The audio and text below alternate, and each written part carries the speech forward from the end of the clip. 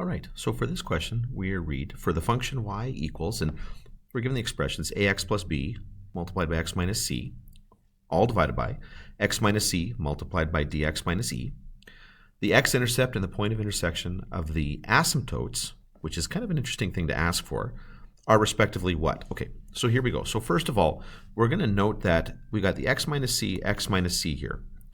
So we've got a removable discontinuity at the value x is equal to c.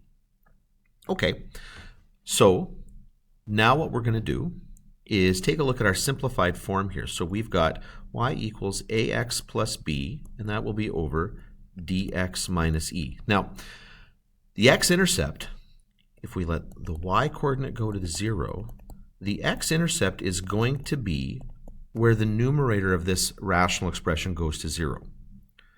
The denominator won't force it to go to 0. The denominator can't make it equal to 0. There's no value of x you can plug in to dx minus e that will make the entire expression go to 0. So it's just the numerator, ax plus b equals 0. Now, the other way of thinking about it is you could be multiplying both sides of the equation through by dx minus e. Either way. But this means then that ax is going to equal negative b, so x will equal negative b over a. Okay, so that tells us when we look at the options here that it can't be C or D.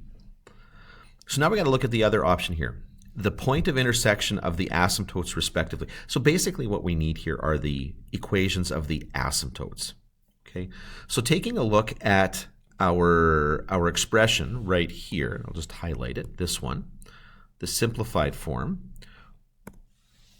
What I want to do is identify the horizontal and vertical asymptotes. Now, essentially, the first thing that we want to look at here, and I know that there's an easy way to get the horizontal asymptote, but the vertical asymptote first is where the denominator goes to 0. And so that is going to be, okay, so there's our vertical asymptote. Okay, now all I got to do is take a look at my options here, and I can see that in B, I've got the E over D. So that's got to be the answer that I'm looking for here. Now, there is a shortcut for coming up with the horizontal asymptote for those that know that, and that is going to be you compare the leading coefficients in the numerator and the denominator here.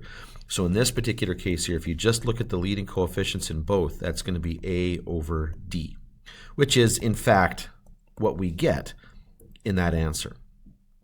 Okay. You just got to be careful with that one because depending on the question that you're being asked, you might not be able to use that simple rule for identifying the asymptote.